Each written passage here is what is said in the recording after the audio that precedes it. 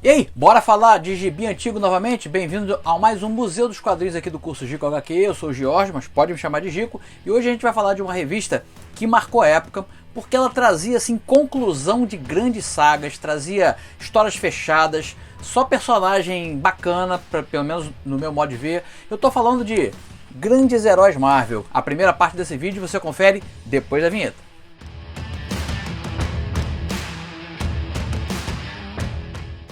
Então galera, vamos voltar ao ano de 1984. Então a Editora Abril já estava publicando os personagens da Marvel há um bom tempo, né? Já estava com todos os personagens em casa, Homem-Aranha, Hulk, já estava todo mundo sendo publicado pela Abril.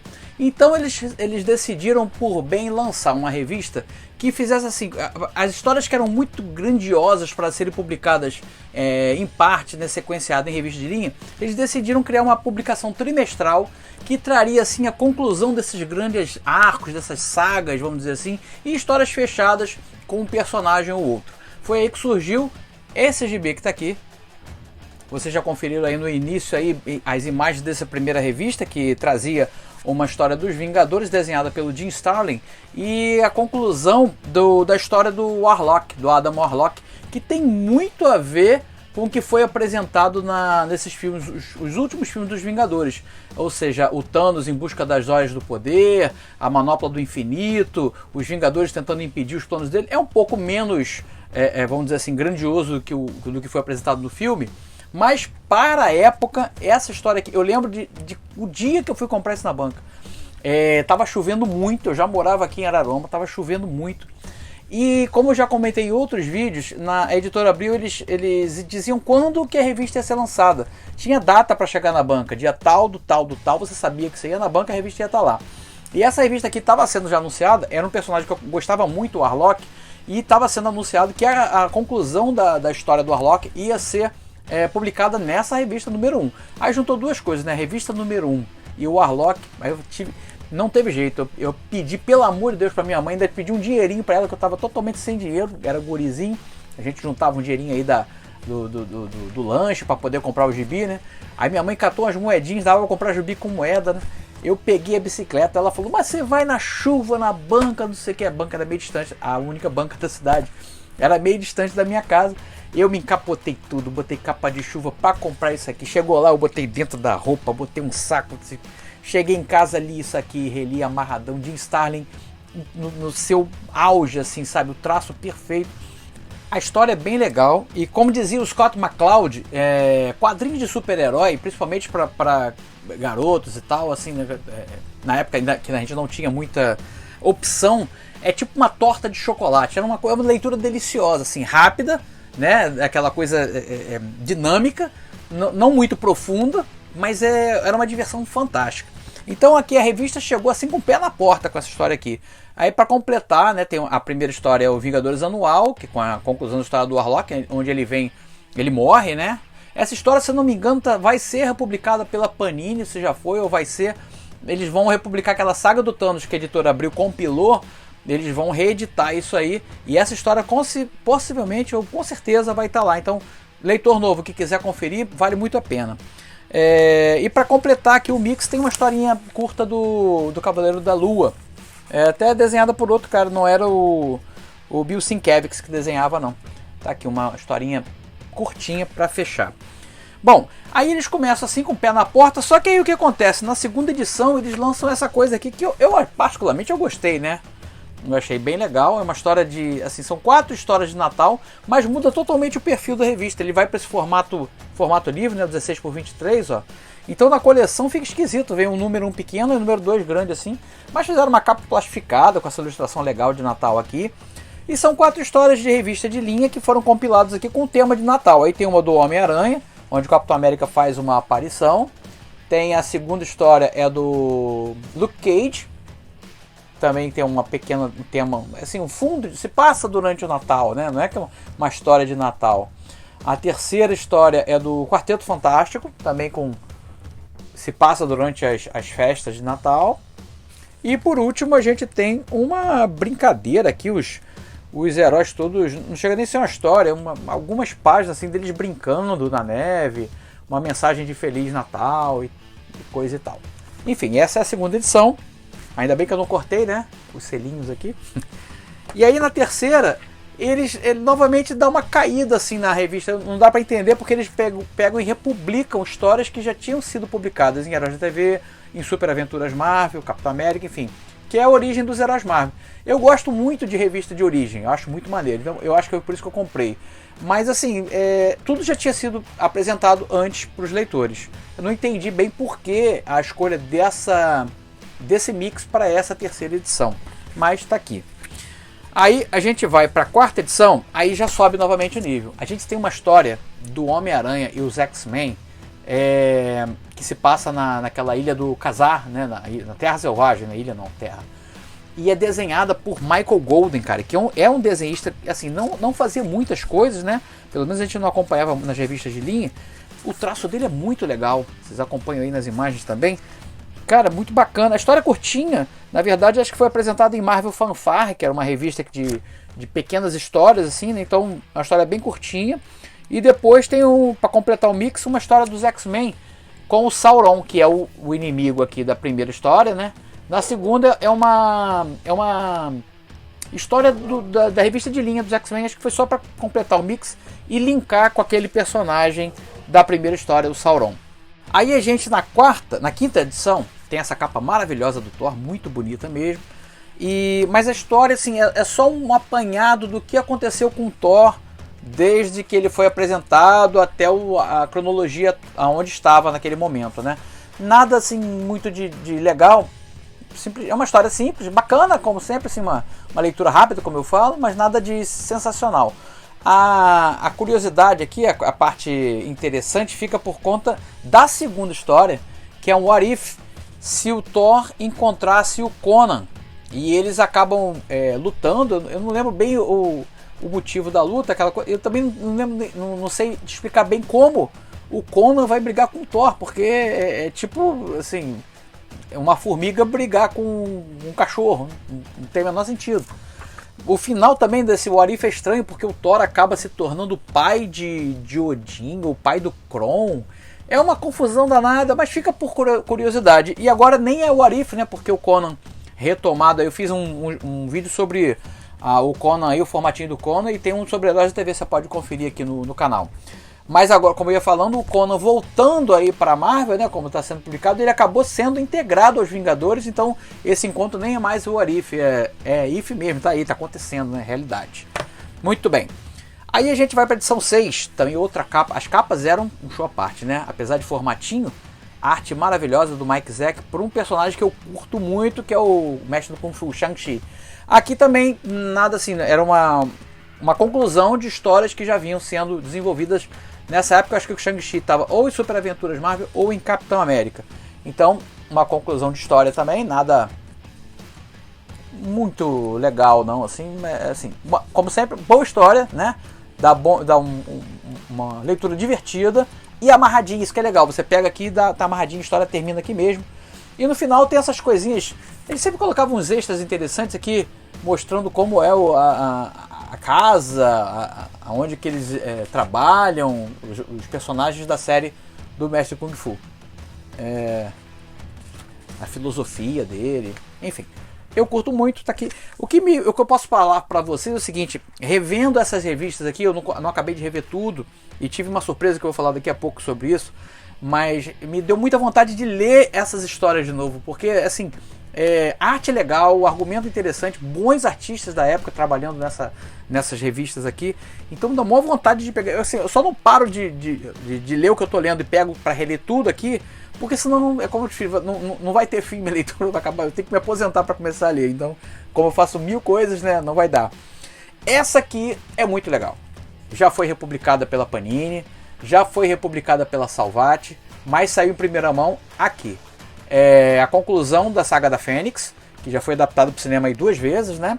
E, poxa, isso aqui depois que acabou, foi mais ou menos o mesmo impacto, um pouco menos talvez, de quando eu li A Morte da Gwen. E se você quiser saber qual foi a minha reação, tem aqui nesse vídeo sobre o Homem-Aranha da RGE. Mas foi muito legal. John Byrne, assim, no ápice da arte dele, arte final de Terry Austin e argumento do Chris Claremont. Genial isso aqui, ficou muita gente de boca aberta. Aqui é aquele negócio da torta de chocolate novamente, né?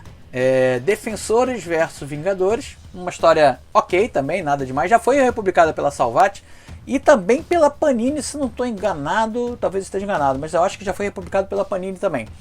Mas a primeira vez que eu li foi aqui.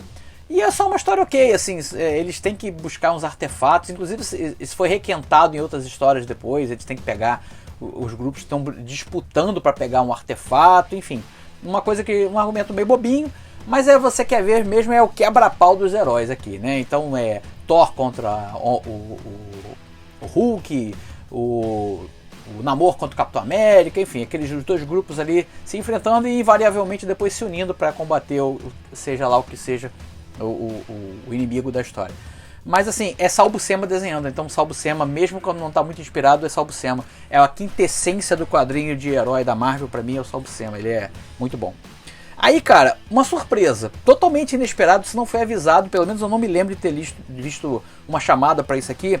A gente tem essa edição que une X-Men e Novos Titãs. As 2 equipes que estavam fazendo mais sucesso na época, que de suas devidas publicações nos Estados Unidos, eles resolvem unir num crossover que você nunca mais vai ver, né? Possivelmente é impossível esses crossovers Marvel e DC acontecerem, impossível até a grana falar mais alto, né? Mas, assim, dificilmente isso vai ser republicado.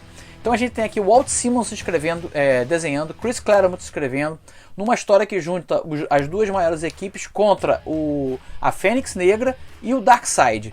Cara, é muito legal, eu reli isso aqui, é muito, muito legal, merecia, pena que não vai ser, mas merecia com certeza uma republicação aqui. A arte do cara é genial, esse cara realmente, ele tem uma coisa de Kirby no traço dele, né, quadradona, olha as equipes se encontrando aqui. Cara, merecia muito uma republicação, uma leitura muito divertida. Bom, aqui a gente já volta para o mais do mesmo, né? É uma edição dos Vingadores que apresenta-se um compilado de histórias continuando que estava sendo publicado em JTV, nada demais mesmo aqui. Tem uma coisa sobre a origem do Visão e também da Serpente da Lua, essa história aqui, desenhada pelo Sal Buscema, se eu não me engano. É desenho do Sal Buscema, é sempre bom, né?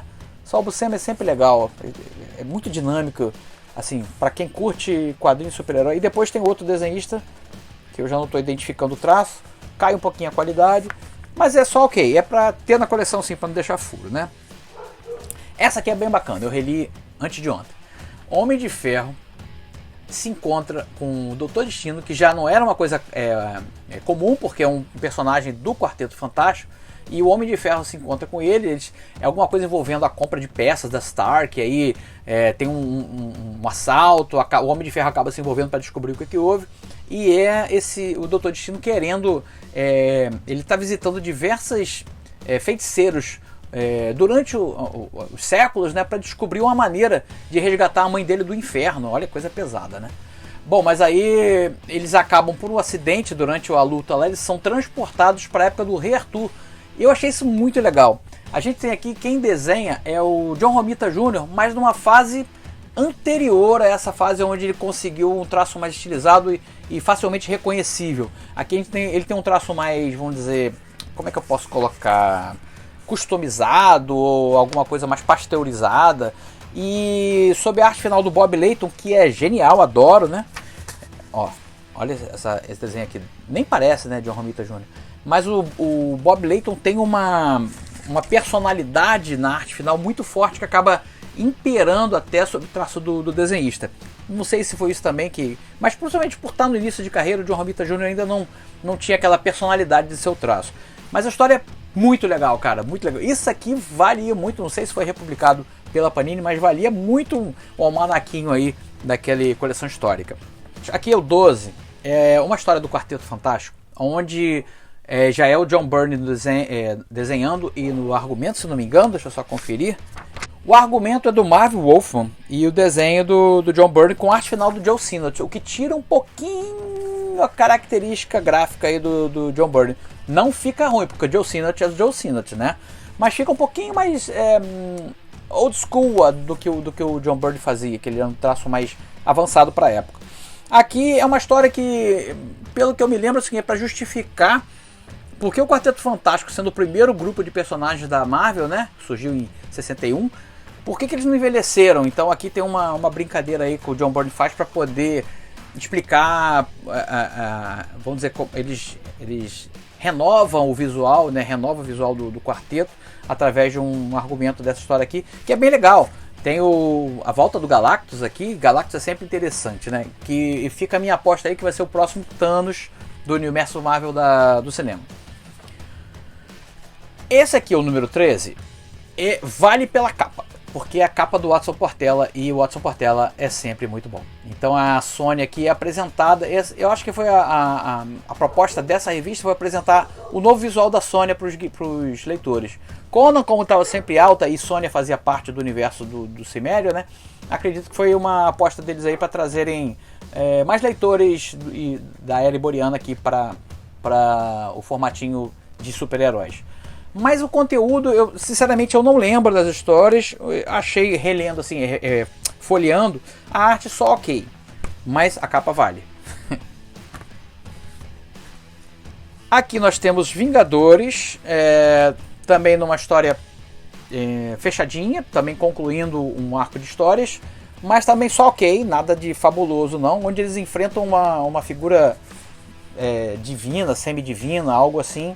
Mas só ok, tá? Não nada demais. Desenho do Sol Buscema também, então sempre bom. Mas também nada. Eu teria que reler para dar uma opinião mais sincera sobre ela.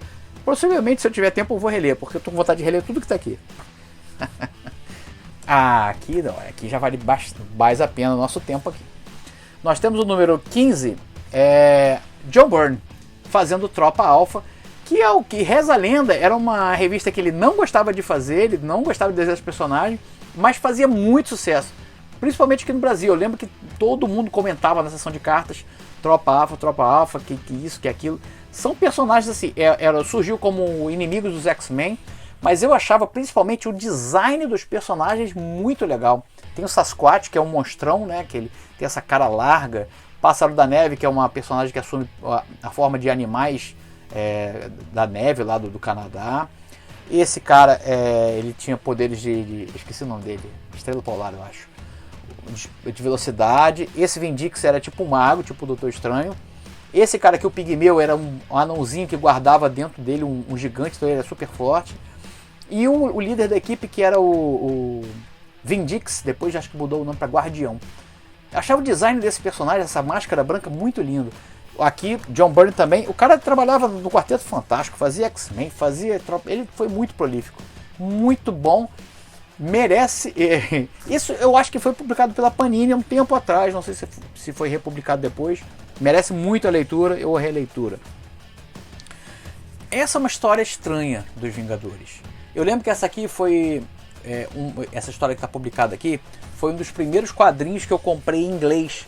Quando eu morava em Niterói, perto da minha casa tinha uma livraria de importados, e eles tinham uma seção pequenininha de quadrinhos, sempre tinham assim uns 8 a 10 quadrinhos, e eu ia lá quase todo santo dia para ficar olhando. Eu achava aquilo, quando eu descobri aquilo, que história em quadrinho era feito em inglês, né, que eu era um guri, para mim vinha tudo em português, ok, parou por ali. Quando eu vi o formato original da revista, aqueles anúncios, o papel é ruim, né, de um jornal, mas aquela forma de colorir toda... Eu achava aquilo dos deuses, então eu ia todo dia lá, mas era muito caro para comprar, não era, vamos dizer assim, era o preço de 10 revistas nacionais. Mas eu lembro que eu fui juntando dinheirinho, quando eu pude eu comprei essa aqui, essa dos Vingadores. E eu inclusive aprendi a falar inglês por causa dos quadrinhos também, porque eu queria entender o que aqueles caras estavam falando ali, que era uma história muito à frente do que estava sendo publicado no Brasil na época. Então eu queria entender o que estava sendo escrito ali, eu fazia a tradução dos balõezinhos e colava. Mas a história em si, voltando aqui, ela é muito esquisita, que é aquela história onde a Miss Marvel engravida do próprio filho. É uma coisa muito estranha, o cara encontra com ela, aí passa para ela a essência. algo que parece um estupro, uma coisa muito bizarra, muito bizarra. Eu nem sei se isso ainda é considerado dentro da linha cronológica dos personagens, mas aí ela engravida do filho, dá a luz ao próprio filho e depois ela foge com esse cara. Assim, é muito bizarro. Mas a primeira parte da história é legal, que eles enfrentam algo parecido com um robô gigante. Deixa eu mostrar aqui a imagem. Olha que legal. Bem no estilo, na vibe dos Jaegers, assim, né? A primeira parte da história é interessante, depois fica muito estranho. Bom, essa aqui é a 17 e eu acabei pulando a 16, mas sabe por quê? Porque eu não tenho. Agora, toda vez que eu estou gravando um vídeo para o Museu dos Quadrinhos, eu acabo com essa triste surpresa. Eu vejo que eu não tenho uma ou outra edição aqui, então aqui no caso é 16 e é 18, eu vou ficar devendo para vocês. Mas eu sei que eu já consegui comprar no site da Rica, não sei se vocês conhecem, é uma loja que vende quadrinhos antigos. Eu encontrei até com um bom preço, R$10 cada uma, R$11 cada uma, já comprei, deve estar chegando aí na semana que vem. Mas as histórias já tinham sido publicadas em Heróis da TV, Super Aventuras Marvel e tal. Então provavelmente foi por isso que eu pulei na época. Bobo, né? Devia ter comprado, deixa ali, né? Mas assim, é uma história, a primeira é do Thor contra o Surfista Prateado, que foi publicada em Heróis da TV número 7. E assim, a outra é do Homem-Aranha, desenhada pelo Frank Miller, e tem a participação do Doutor Estranho. Foi publicado no Almanac do Homem-Aranha, se não estou enganado, não foi publicado em revista de linha, mas eu já tinha essa história. E isso também foi republicado pela Panini nos maiores clássicos do Homem-Aranha, eu tenho aí em formato americano. Mas eu comprei para não deixar furo na coleção, porque eu fico doido. Aqui a gente tem novamente o Quarteto Fantástico, pelo John Byrne. E aí, isso aqui também é aquela torta de chocolate com cobertura de chantilly. Participação do Capitão América, Homem-Aranha, tem os X-Men.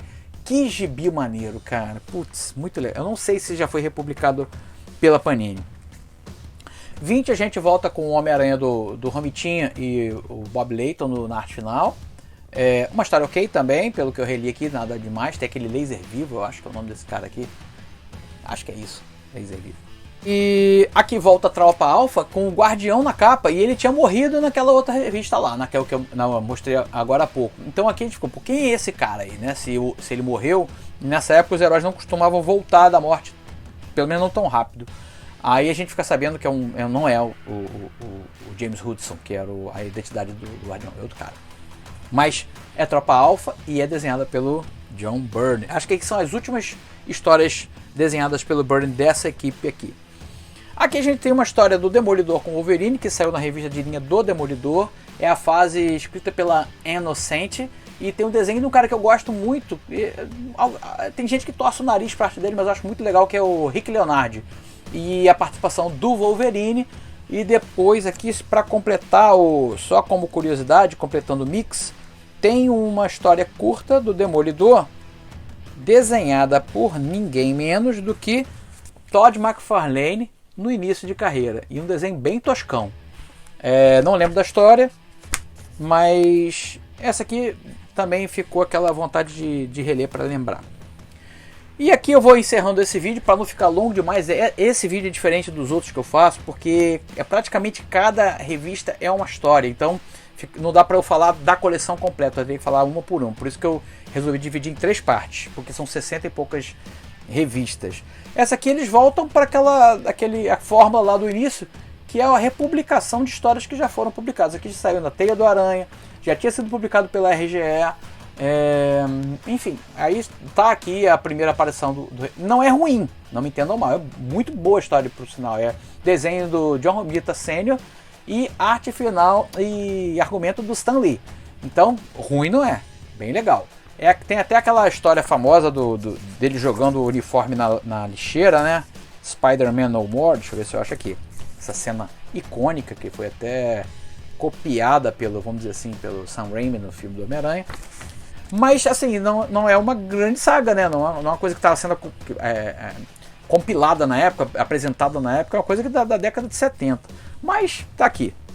Bom, esse é a primeira parte desse vídeo aí, comentando grandes heróis Marvel. Que revista legal, gente, que dá vontade de reler tudo, cara, é muito bom. E, como eu falei, é muito legal por ser história fechada. Todas as histórias se concluem ali, você pode pegar qualquer uma da coleção, leva lá para dar uma lida, 15 minutos você já se divertiu pra caramba. Aquela torta de chocolate que vai saciar aquela vontade de comer doce depois do almoço, é mais ou menos por aí. Bom, agradeço novamente a sua presença aqui, vamos conversar sobre grandes heróis Marvel? aqui nos comentários. Se você não se incomodar de deixar um joinha para o vídeo ganhar relevância, o canal tá ganhando cada vez mais inscritos, isso é legal porque a gente tem mais gente para conversar sobre quadrinho antigo. E a partir da semana que vem, talvez eu vou começar uma nova série de vídeos de desenhando personagens. Vídeos curtinhos, se você gosta de desenhar e quer aprender a desenhar um personagem ou outro, vou fazer, não é bem um tutorial, vou fazer um speed art do desenho e você pode acompanhar como é que eu faço. Não vou fazer corpo inteiro para não demorar, mas eu quero que sejam vídeos assim de 3 a 5 minutos no máximo, ensinando a desenhar o torso, ou pelo menos cabeça e torso dos personagens. Então a partir da semana que vem tem mais uma série de vídeos aqui no canal, vamos desenhar, tá bom? Novamente agradeço a sua companhia, um forte abraço e a gente vai ficando por aqui. Até um próximo Museu dos Quadrinhos do curso Gico HQ. Tchau!